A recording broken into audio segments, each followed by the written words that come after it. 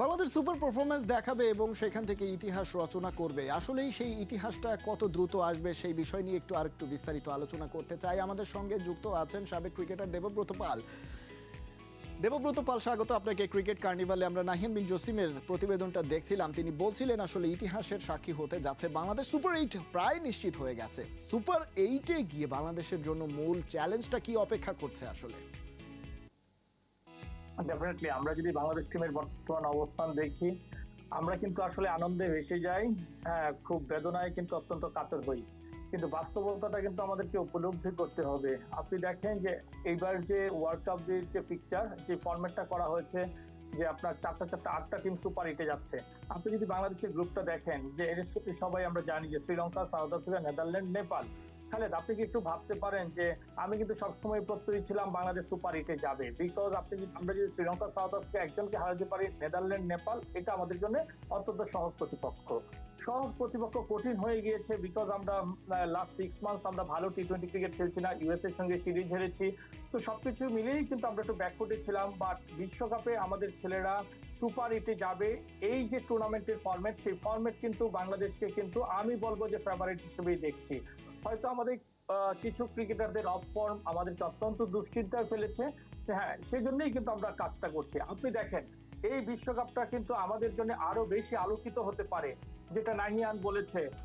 আমরা যদি সাউথ আফ্রিকার ম্যাচটা কিন্তু আমাদের প্রায় 18 ওভার এর মধ্যে আমাদের শেষ করা। নাহিয়ান যেটা বলছিলেন যে সাউথ আফ্রিকার বিপক্ষে আসলে খুবই অল্পের ব্যবধানে, অল্পের জন্য, এবং বলতে গেলে আসলে কপালের দোষেই শেষ পর্যন্ত হারতে হয়েছে বাংলাদেশকে। সেই জায়গায় কিন্তু দেবব্রত পাল আমরা দেখছি যে বড় বড় দলগুলো, ইংল্যান্ডের মতো দল কিংবা আমরা দেখেছি শ্রীলঙ্কা, নিউজিল্যান্ডের মতো দল, তারা আসলে খুব একটা সুবিধা করতে পারছে না। সেখানে ছোট দলগুলোর বিপক্ষে বাংলাদেশ সুবিধা করতে পারছে এবং সেই চ্যালেঞ্জটা আসলে বাংলাদেশ কিভাবে নিচ্ছে, সামনেও নিতে হবে নিশ্চয়ই। খালেদ, আপনি ওয়ার্ল্ড কাপ, আপনি যখন সুপার 8-এ যাবেন, আপনি সুপার 4-এ যাবেন, আপনাকে তো এই চ্যালেঞ্জগুলো অ্যাডাপ্ট করতে হবে। অ্যাডাপ্ট করেই তো আমাদেরকে এগিয়ে যেতে হবে। আপনি দেখেন ইউএস এর এগেইনস্টে আমরা যে ম্যাচে খেলছি, হ্যাঁ উইকেট অনেক স্লো ছিল, ব্যাটসম্যানদের জন্য কঠিন ছিল, কিন্তু আপনি দেখবেন আমরা কিন্তু সাউথ আফ্রিকা কিন্তু এরকম স্লো উইকেটে অভ্যস্ত না, আমরা কিন্তু এই স্লো উইকেটে অভ্যস্ত। আমি নিউ ইয়র্কে মাঠে বসে খেলা দেখেছি, এখনো আছি। আপনি দেখেন হ্যাঁ পিচটা কিন্তু আমরা মোটামুটি অভ্যস্ত।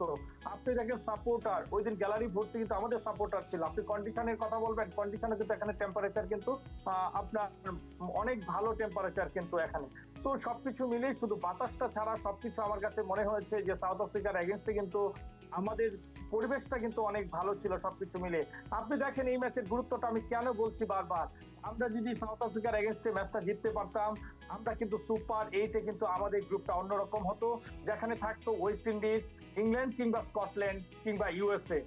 জি, সেই জায়গা থেকে আসলে বাংলাদেশ দলের আসলে খুব কঠিন গ্রুপেই পড়তে হচ্ছে, কিন্তু যদি বড় কোনো স্বপ্ন দেখতে হয় সেই জায়গা থেকে নিশ্চয়ই কোনো ছোট দলের বিপক্ষে জয় নিয়ে বা সহজ কিছু করে যাওয়ার উপায়টা আসলে নেই। দেবব্রত পাল, অনেক ধন্যবাদ আমাদের সঙ্গে যুক্ত হওয়ার জন্য। দর্শক, সাবেক ক্রিকেটার দেবব্রত পালের সঙ্গে আলোচনা করছিলাম বাংলাদেশ দলের পরবর্তী চ্যালেঞ্জগুলো আসলে কি এবং সেই চ্যালেঞ্জ উতরাতে বাংলাদেশকে কি করতে হবে সেই বিষয়ে এতক্ষণ আলোচনা হচ্ছিল বিস্তারিত। দর্শক, এই ছিল আজকের ক্রিকেট কার্নিভালে। প্রতিদিন রাত 10:30টায় হাজির হয়ে যাব টি-20 বিশ্বকাপের নতুন সব খবর আর বিশ্লেষণ নিয়ে। সরাসরি সংবাদ আর অনুষ্ঠান দেখতে থাকুন একাত্তরের ফেসবুক পেজে এবং সাবস্ক্রাইব করুন একাত্তরের ইউটিউব চ্যানেল। একাত্তরের সাথেই থাকুন।